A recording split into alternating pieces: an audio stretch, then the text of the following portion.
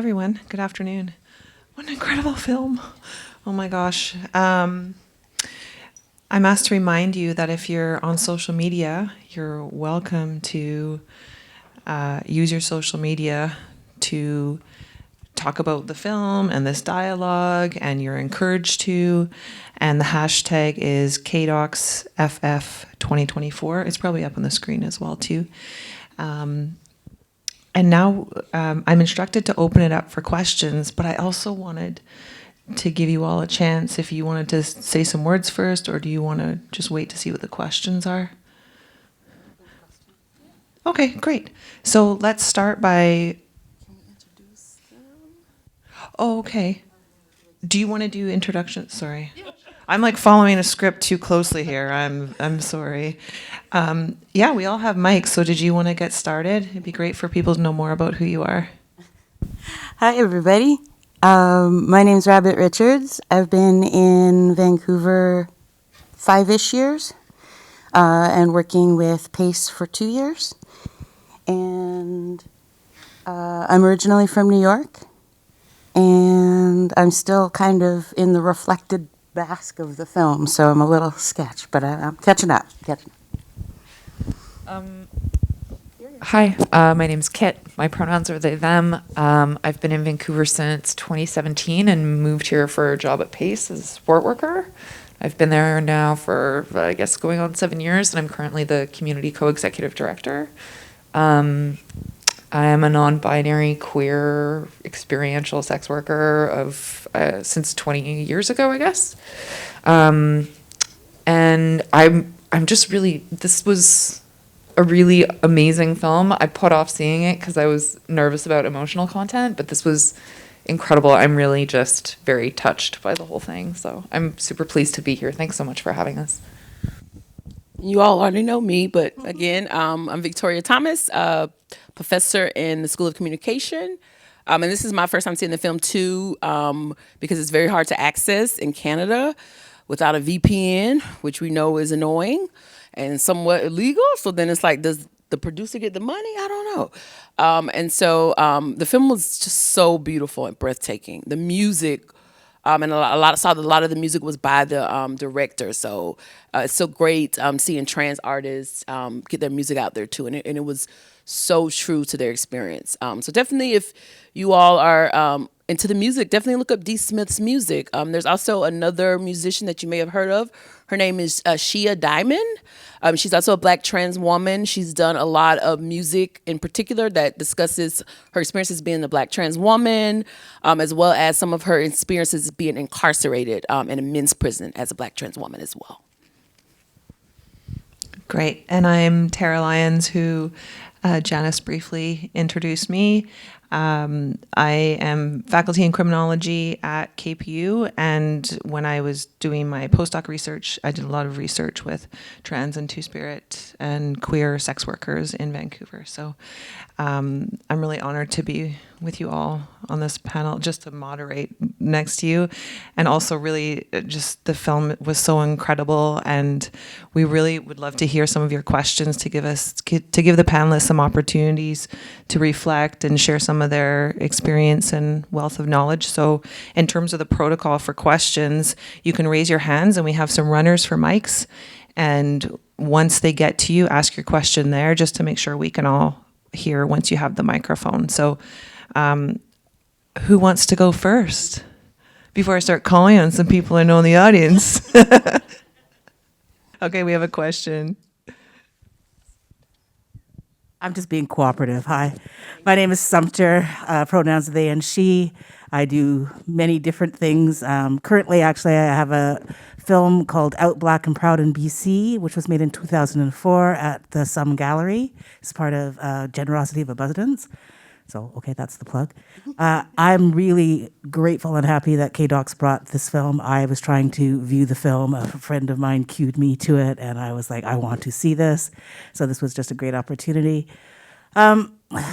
Yeah, I think the challenge, I think, is, being in Vancouver and working in sex work communities for a long time is a lot of the folks that I would have loved to have seen this film, hearts would have just sang with joy for seeing a film about Black trans women, are not here. And I think that's a real indicator of, even though this is Canada, this is Vancouver, that these experiences aren't about necessarily just in the States. And up here, I think they even, there's a whole degree of isolation about not having a community that I think makes it just that much harder. So yeah, just amazing to see. Still processing the film. I don't have any questions particularly about what I saw. Just, yeah, good to be here with folks and good to see it.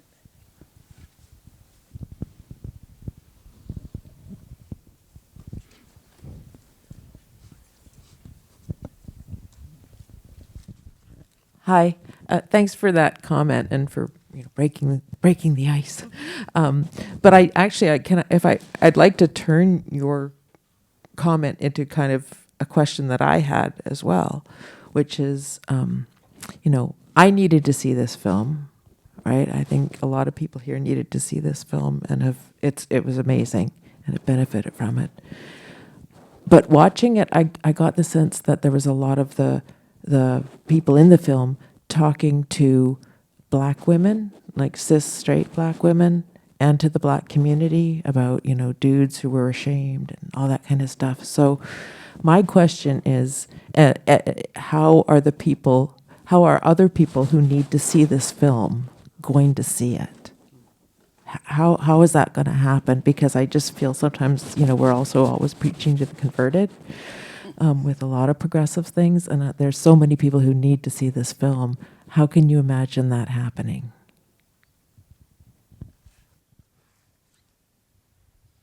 Great question, Romy. Thank you. I guess I'll start. And so I think what's important about what you're saying is that people may not necessarily need to see this film as much as they need to listen and hear from Black trans women about their experiences.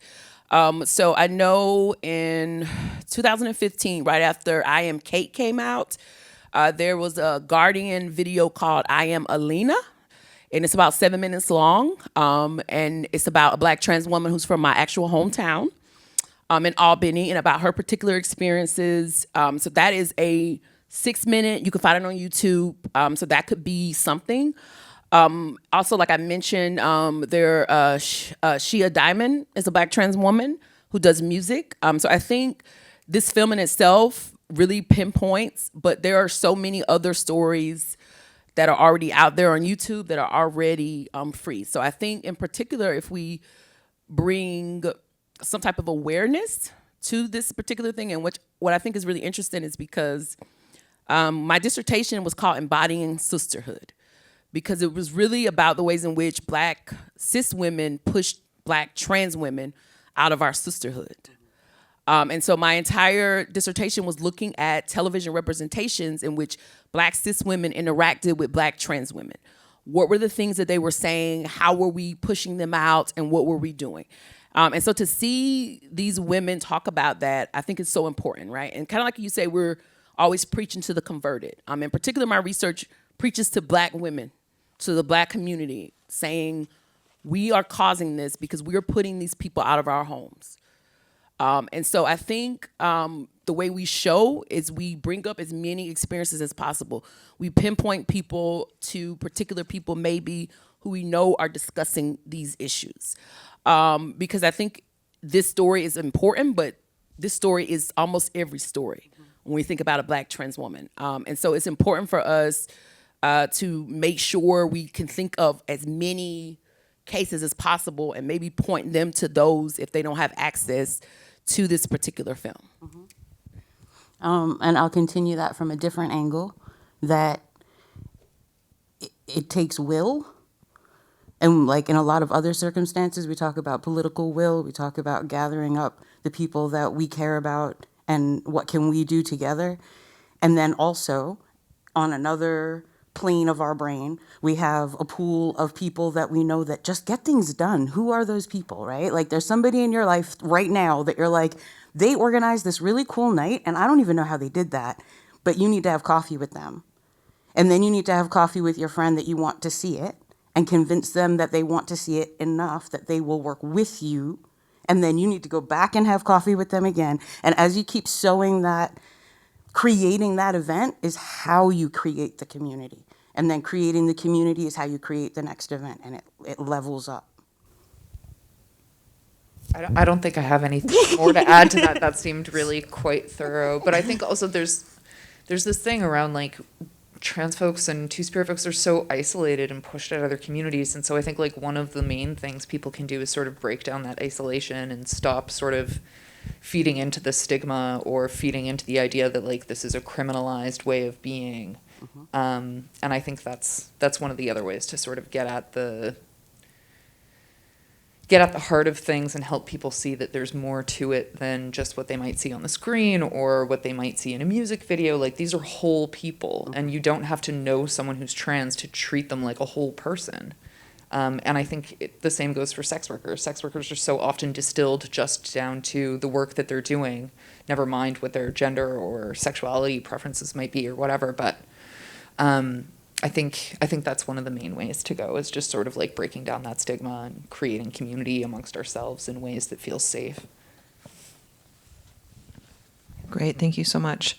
I was thinking too around the incredible work that PACE does. I love PACE as an organization, as I keep saying, and how I love how the film talks about its sex work as work, and they're, not all aspects of their work are lovely, just like all aspects of our work aren't lovely, but their work is infused with a level of potential violence in a way that most other workplaces are not. So I was reflecting on that as well, and how, sure, some of them wanted to get out because the only other option was like they were going to die or get out, which is horrible, of course. And some were like, no, I still want to get paid to do this work. It doesn't matter. But I want to do something else as well. Like, shouldn't have to be limited to just my job or whatever. So I like how you were talking about as a whole person and breaking down stigma just as we go out in the world and build communities as well. So thank you for those comments. Other questions? It doesn't have to be questions as well, right? We're here to engage and have conversation about the film with our experts. Oh, yes. Absolutely. Of course. Yeah, I can totally do that one. So it's actually our 30th anniversary next week. That's the plug. And we started in 1994 with like a group of sex workers and their friends and allies who realized that sex workers were more likely to interact with services as they were being offered by other sex workers. So we've always been like very peer-centered and harm reduction led.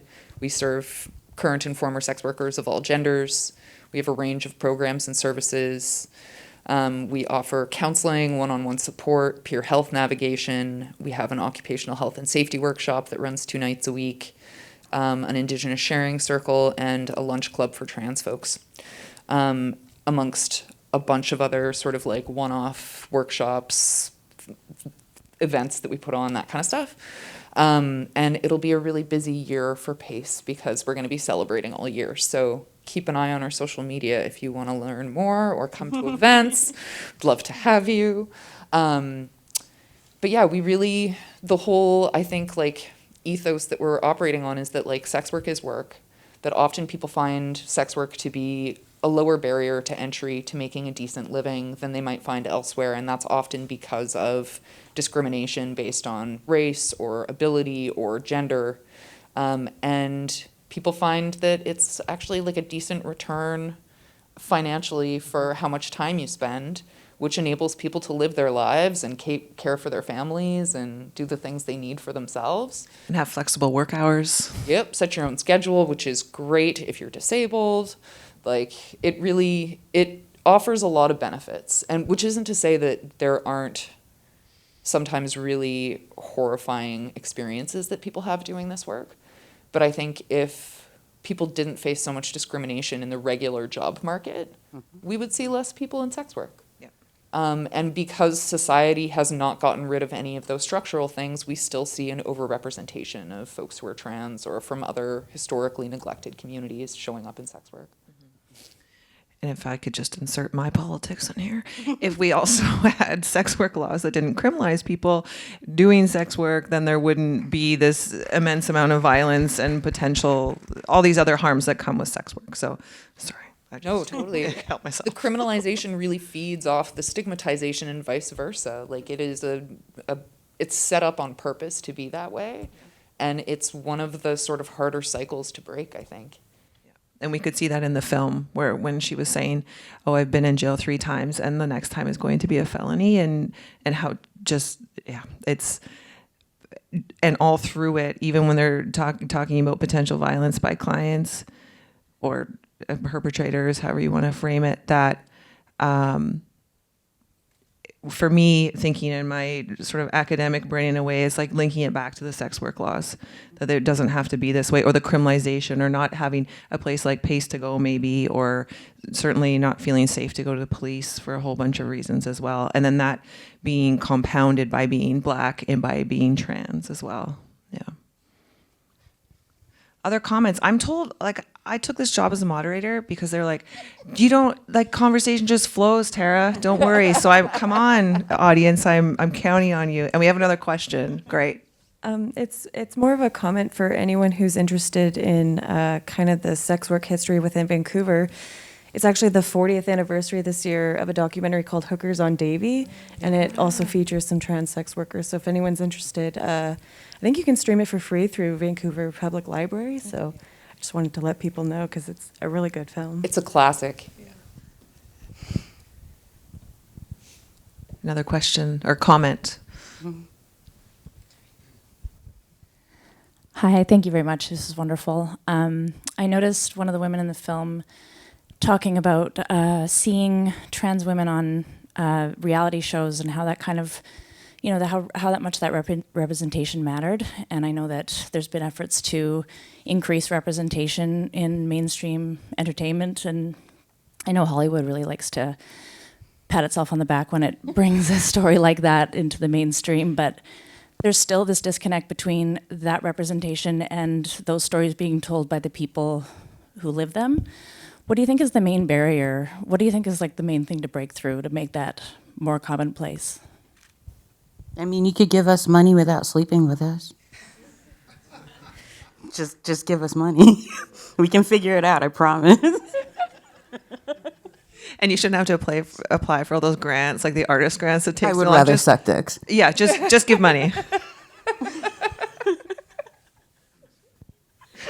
Also, when we go back to jobs, right? So the barrier is that people are not accepting, in particular, when they talk about this idea of passability, right? So for trans women who can pass, things become a little bit easier. And even if we think about the people who are in media that are representing trans women, the idea that I Am Kate came out with her entire trans surgeries done in one day and put online to be put on Vogue. And then you have Laverne Cox, you have Janet Mock.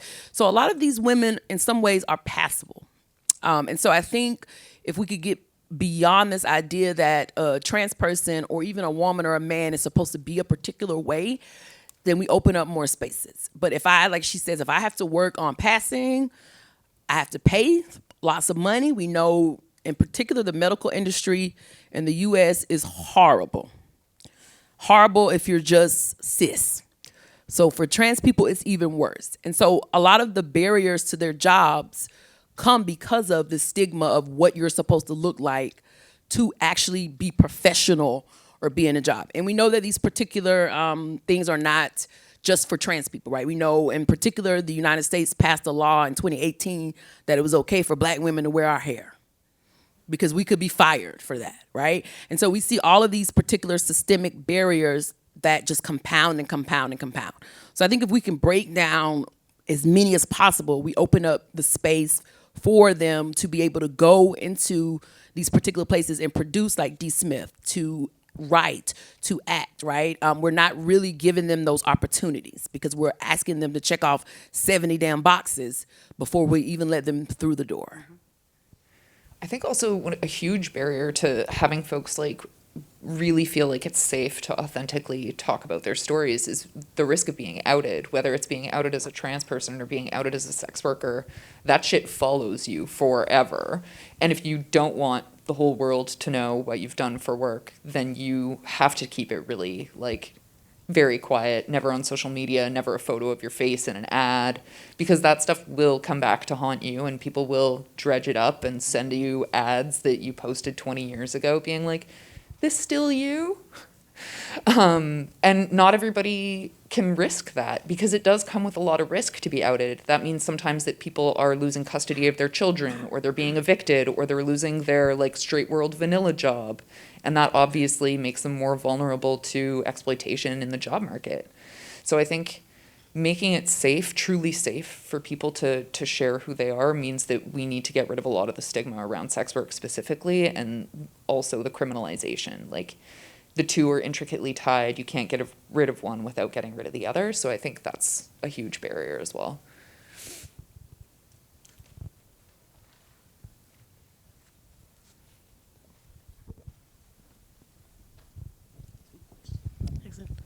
Hi, I'm Trina. My pronouns are they, them. And I think there's a question in here. But I really loved the intersectionality throughout the film, and just all the different lived experiences of all these women. And for me, kind of the question is, I think within a lot of this work, when we do social justice work, I do think sex workers' voices are missing continually again and again and again. How decriminalization, I think, is part of it, but how, from your folks' perspective, can we continue to make sure that those voices aren't missing? Yeah, I think that's a question. You want to tackle that one? I mean, I'm so political. I don't think I've ever had a conversation that didn't end up at cross-movement solidarity. I think if you start from the baseline that all people inherently have the same worth, if you start there, every time you run into something that crosses that, you're going to have to work that friction out in your life. So it comes that having worked that out in my intimate circle, in my work environment, as I keep pushing that boundary, I am now up to this one. But it may be that in your life, you're only up to a different one. But knowing that they all are interconnected, you'll get there. Or you're past me and you're over here and I'll get there. But we ain't free till we're all free. So even if the issue that is in front of you today is not this specific issue, you need to work on your shit, whatever your shit is. And then eventually you will find that your politic embraces more people and you will have drawn a circle around everyone instead of just your village or just your family. I think also like making sure that if we're talking about events like this and making sure that sex workers' voices are included, I think like making statements as, the festival itself being like, we're pro sex work, we're inviting sex workers, maybe give people a discount to come to shows or something like that, or to come and speak, offer people like a decent honor, which isn't to say that this isn't also a very decent honorary, but like you want to pay people for their time, and for the most part, they can make more money if they stay home and get naked. So you need to make it worthwhile for people to be here, and that's something that we've practiced at Pace. Like, you can't have groups if you know that people need to go make money somewhere. So you have to like pay people a stipend to come to a group regularly, because otherwise they're going to go make money because they have to, because capitalism. So I think that's like a couple of small ways to get at that as well. Great. So we have a question here, and then we have one up there, and then we have you there. 4. And am I missing anyone? No. Okay. So we'll start with you.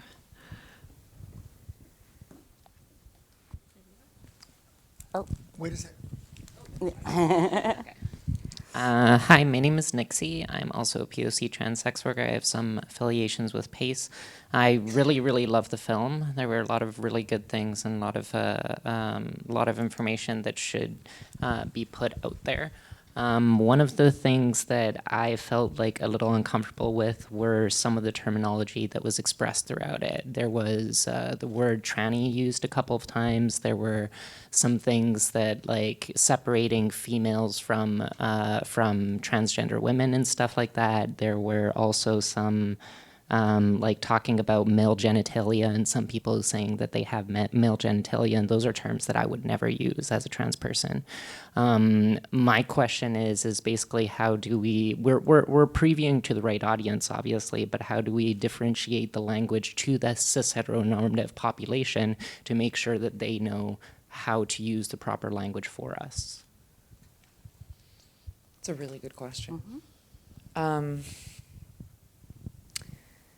I'm a big fan of glossaries. I don't know, but it's like if you're gonna do like a film fest and show a movie like this, how do you sort of make that an accompanying piece where it's like these are words that are sometimes reclaimed by those people in those communities with all of their rights to do so, but still feels real uncomfortable to other folks as well. And it's like how do you I'm not sure how to get everybody to the same linguistic point at the same time. I don't know if that's always plausible, just because everybody's coming from a different place in life with different levels of education or exposure to different terms.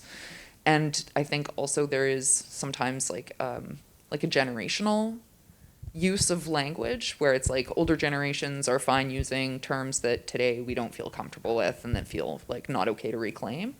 But that's just my take. I don't know. I would say as far as language, just because I teach in the School of Communication, in particular because I do realize how powerful language is to create a particular reality in a particular life. And, you know, it's interesting because as I was watching this film, they say the N-word so many times, which is normal. It's absolutely normal for where I'm from. I'm from Georgia, and I say it like that too. And so sometimes I was like, oh, I wonder if this is too much for the audience. But for me, I was like, yes, this is how we speak. This is it, right?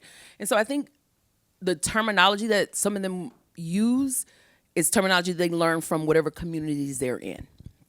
And so it sometimes is not palatable. And in some ways, I want to say to a Western white audience, because we have, which sometimes I call these official terms, right? GLAAD and all these other organizations put out what are the proper terms. Everybody learns them. But a lot of that is from a particular perspective of those who have the opportunity and the privilege to sometimes have time to name terms, right? Some of these women, like she said, we're surviving. So maybe they don't have time to kind of sit around and say, wait, we're using this term a little wrong, or how can we be a little more respectful? And so I think sometimes that comes down to who has the power, who has the time, and who has the resource to either coin particular terms or to push for new language. And so I think a lot of the language we're seeing is because this is what they were taught by the trans women that they were taught from. And because these women may be so isolated to just their groups, they may have never heard of any of these terms, right? And I just say this because I've done a couple interviews with some Black trans women who live in Surrey, and I asked them about these media representations. What have you seen on TV? They've seen almost none, because they don't have access to these streaming services. They don't have access to internet. They don't have access. So a lot of these terms we may be using, they may have never even heard of because of the isolation, because of the fear. And so I think that's something we kind of want to keep in mind when we think about the ways in which some cultures may use language.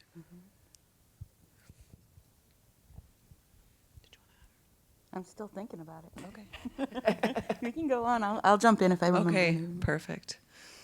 Okay, we have another comment up here. I'm not sure who it was. Okay, great, thanks. Beautiful film, charming, disarming, challenging. I loved watching it. And thank you for your thoughts here and sharing. I wanted to ask a bit about politics, what's going on in Canada lately, different provinces, Alberta, New Brunswick, Saskatchewan, with all these bullshit anti-trans and anti-LGBTQ plus laws.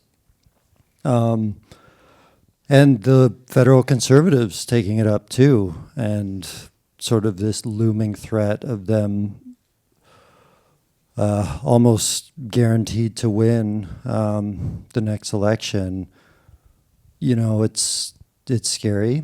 And I just wanted to hear your thoughts about what does this say for us politically? What can we do to help guard against it? Yeah, just your thoughts would be very valuable. Thank you.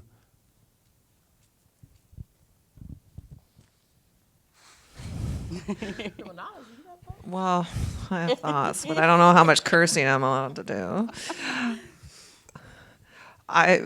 It's terrifying for me as a cis white person, and I think it also responsibility lays with those of us who it's less dangerous for to be advocating and pushing really hard. Like, we're talking about systemic barriers all through this conversation. So I see it as like a call for those of us who have, as you're saying, I love what you were saying around access to power and resources, even to name, or, you know, we can do these actions in our communities, but I think we have to be working really hard right now. And I think it was just a couple days ago that Polyev was making his incredibly transphobic statements as well, and we need to be counteracting that in every aspect of our lives, wherever we're going, whatever communities we're in, and really being vocal, speaking as someone who's cis, like being incredibly vocal in all of those spaces. I make a lot of noise at my kids' school, for example, wherever I can go, and I think that's on us, especially as cis folks and white folks, to be pushing really hard wherever we can. Yeah, those are my thoughts. But I come, from that lens, and I have a lot of work to do in my own department in school too. But in terms of my kids' school, but in the academic spaces we're in as well, right? Incredibly colonial spaces. So. Liam is does incredible work at KPU and is on my research team where we're looking at experiences of 2S LGBTQ plus post-secondary students. So also doing work in those realms and trying to really use whatever we can, whether that's our research findings or just our voices, to push back in every aspect, or at your dinner tables if you've got family members that need to be schooled as such as well. So it's a scary time.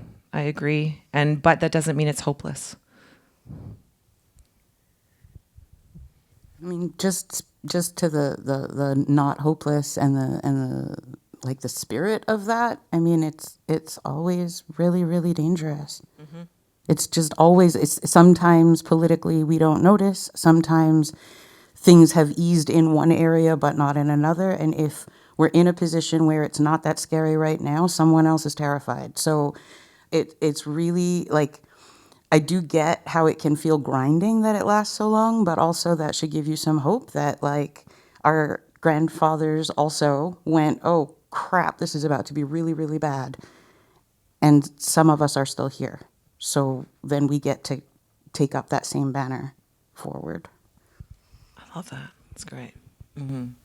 I think too, like whenever you have a civil rights movement that gains some right, the conservative and or sort of right wing always responds with a violent backlash.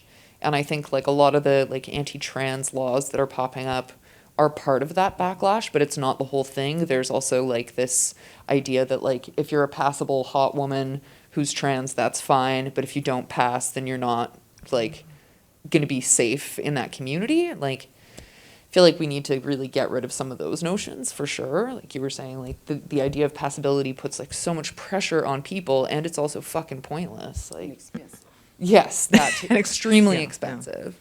And so, yeah, I think that's part of it too. Also, I'm a big proponent of passing a law is not going to change people, right? We can pass as many laws that don't protect, or we can pass laws that protect, and it still won't matter.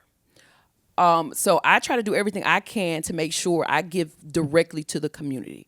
And so when I do research with trans women, I will pay them. I'll ask them, what do you get paid for whatever you do? And I'll match it if I can. And so sometimes giving directly to these individuals. There are lots of organizations that have particular funds. One of them is called the Trans Women of Color Collective. It's an organization that's based out of DC, but they have safe houses for trans people in Jamaica. In Chicago, they also have a wellness fund. They have a fund for transition expenses. So sometimes the help is to give the money directly to the people who need it, right? We can march, we can talk to our congressmen, but if we think about this particular film, the congressmen are not the ones killing these women. It's the people in our communities. It's the stigma, as you said. And so I think it's important for us to think about, what am I doing specifically to make life better for an actual trans person? Because like I said, these laws are going to get passed, they're going to overturn, they're going to change, but how is that truly affecting a trans person? And so I think, working with organizations like PACE, you all have a trans lunch, maybe they need funding. Maybe someone who has a restaurant that will donate food for them, right? Those are the places you want to channel a lot of your energy into, me, if you really want to see change. Okay, we have this person first, and then we'll come to you. Right. Anyway, thank you. It was a great movie, and the panel is great. I guess one thing that would be great is if there were filmmakers here to do a film about the life of transsexuals in Canada, because I think that would be very important. Secondly, there was some comment about why people are down on LGBTQ people and transsexuals and people who are sex workers. Well, I think it's because our society has a social stigma about sex. And that's based on most religions, although I would say, in Canada, the Quakers and the United Church are very tolerant of same-sex and are supportive of alternate sexuality. And I must say, I know there was a committee of the House of Commons many years ago with Hetty Fry, who's the MP for the West End, and that committee, and I saw an interview with her, wanted the legalization of prostitution. And they had done a lot of research and all those sorts of things, and I sort of wonder what happened to it. And the final thing is the comment about politics and the next election. Well, you got it right in terms of Paul Bière and Danielle Smith in Alberta, and the guy in Saskatchewan, Mo, the premier. But you have to think of Nancy Pelosi in the States. She always said, "Don't agonize, organize." And one of the ways to stop Paul Bière is if people would vote strategically. 62% of the people in Canada vote for center-left parties that are progressive, but it's divided between 4 parties. And the only way, since Trudeau didn't introduce proportional representation, is people should strategically vote. Vote for whichever progressive candidate is going to defeat a conservative. And, Paul Bière makes Stephen Harper look like a lefty. Did you want to respond, Kit? I mean, yeah, there's like a couple things in that I'm like burning to respond to. First, what happened with the Hetty Fry committee that was asking for legalization? Sex workers don't want legalization. We want decriminalization, which is entirely different. It means the removal of all laws from the books. It doesn't mean that the government is then allowed to tightly control sex work, which is what happens under legalization schemes. I'm not sure, but was that what the committee she was on suggested?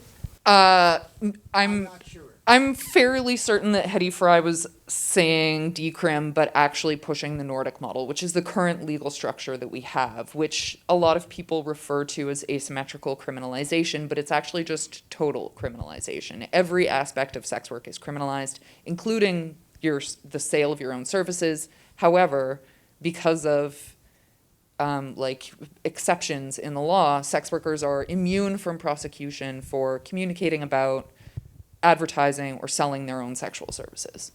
Everything else is criminalized, meaning I can't hire a security person or a driver. I can't hire somebody to do my advertising or marketing for me. Those people are all criminalized and risk jail time.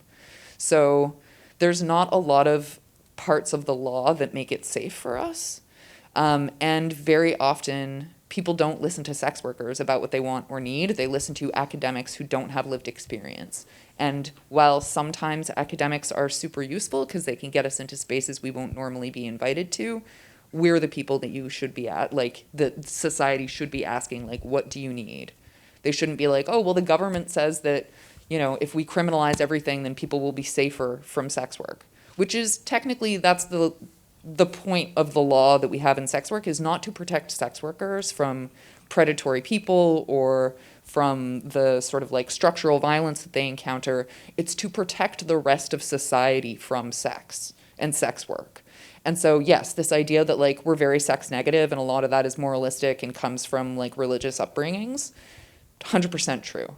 But I think like the way that sex workers, folks with lived experience, want us to get there is not by giving the government more control. And I don't think giving the government control over who you have sex with is ever going to produce the sort of like freedom that people are asking for. Sorry, I ranted. I'll stop. If I could just ask something? Yeah. Anyway, I appreciate that. All I know is I remember seeing Hetty Fry, who's my MP, talking about it. And so, but I do think there are people like Hetty Fry who are very open-minded and very tolerant. And therefore, I think if you went and talked to her or some of the other MPs that were on that committee, I think they would be very sympathetic. I actually talked to her last week. Okay. We did a little rundown, or I spoke with her office. And I do think that there are some folks in government who are quite progressive and have listened to community. Because I think that's part of what Hetty Fry has done in her long career, is like actually listen to sex workers in Vancouver. But I think the sort of like, how much help are we going to get from government when, I think part of your question earlier was like, what's happening currently? There's a challenge that the Canadian Alliance for Sex Work Law Reform brought, which is an umbrella organization that covers, I think, 25 sex worker-led organizations across the country. And they brought a legal challenge that was challenging all parts of sex work law. There's like 5 different pieces. So they were challenging all of that.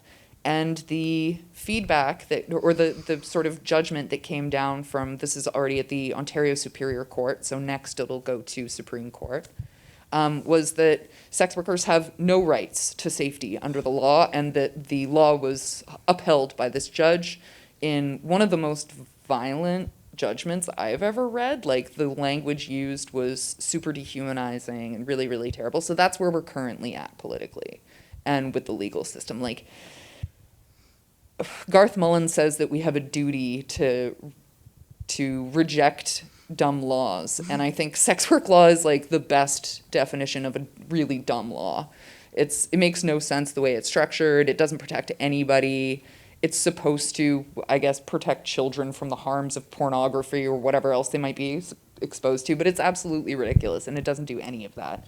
And all it does is make sex workers have to exist in a space that is more dangerous because of the fact that they fear their clients being arrested, or they fear getting hassled or surveilled by the cops, which is still, unfortunately, extremely common.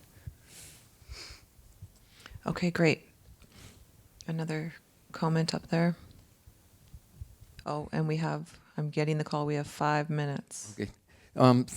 That was great. The film was great. I just came today because I really like to hear people's stories, and when I hear any human story, I see that we're all one in our heart, and I like what you said about community and everything, and I wasn't going to say anything today. I just wanted to come quietly.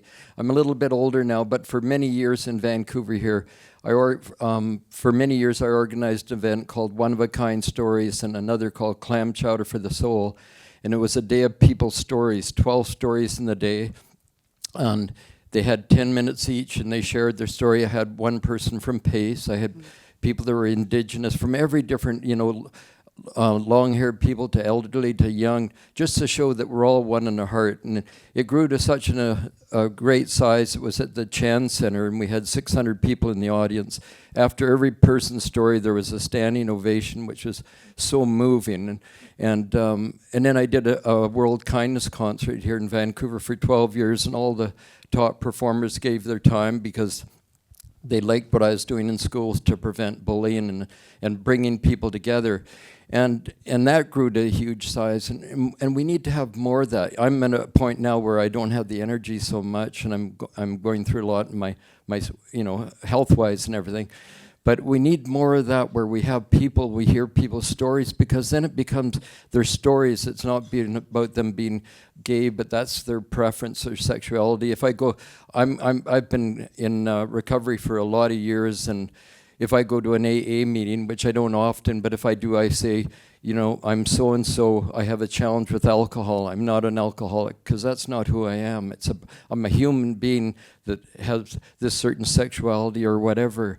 And we need to hear, I think, more of people's stories where we come together, because often we go to something, we come to here, and it's what you said, we're speaking to the people that are already, feeling the same way. But somehow, I actually did 3 bicycle trips around North America to prevent bullying. And, I see so many young people hurting right now that they get bullied and they don't really realize that unhappy people bully, and happy people see us all as one. And we need to start getting that more in schools. That's a challenge to me, is we're not getting to young people, so they carry the trauma since they're younger, if they're abused for many years, and they carry that trauma, and then to heal from that is a huge journey. I won't go on and on, but we need community. That's what's lacking all over North America, all over the world. So what I'm hearing is, if you're here and you really want to be doing that, there's somebody over there that you need to convince to be your mentor, because they're tired and they don't want to do it, but they know how. Yeah, there you go.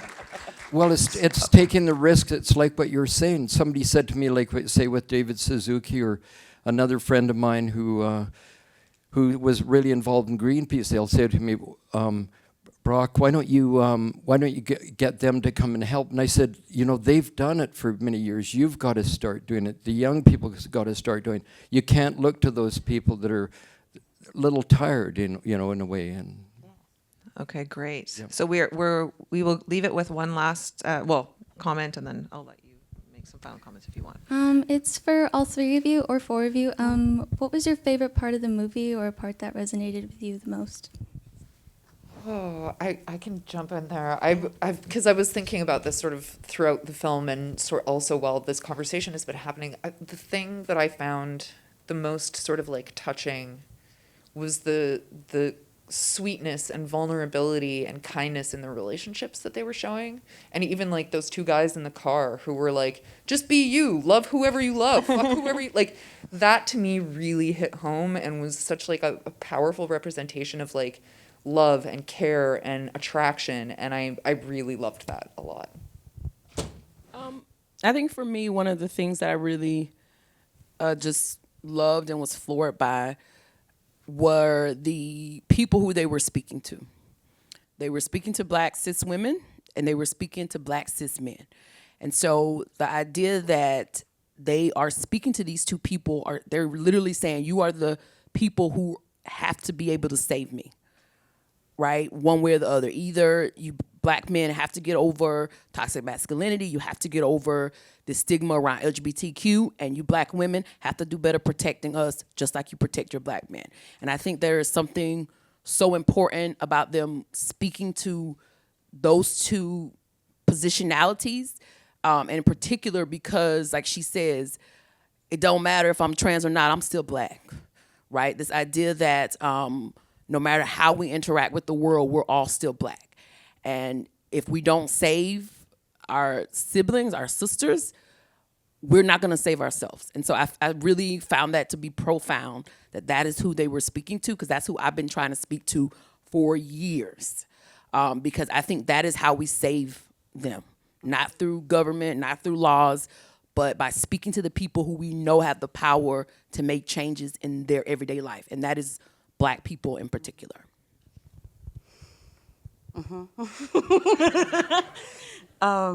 In a lighthearted way, I really, really love the soundtrack. It's so good, and there's I don't know the production time. Like, I don't know if those are new songs made in an old way or old songs that were brought back, but either way, it does the thing in your brain where you're like, this is not new. This is not, like, it connects you to the thread of history, and I find that really enjoyable. And I got to see the film last year, and I remember leaving the theater and thinking, I have to look up these artists and find this music, and I didn't. So I'm really grateful to have a second go at it. I've written it down. She a diamond over here too. Yeah. Her music is so good. So she's an amazing, and her name is literally Shia because she was tired of people misgendering her. Nice. So do you have any final thoughts before we wrap up? Any plugs or comments? You don't have to. It's just an opportunity. I just want to say happy Black History Month, and that trans women, trans men, non-binary identities are Black too. And so it's time to honor them in our Black History Month. And so I think it's important for us when we think about Black history that we think about all the people who are Black and the ways in which they are a part of that history as well. What an excellent way to end. Thank you, everyone, for joining us today.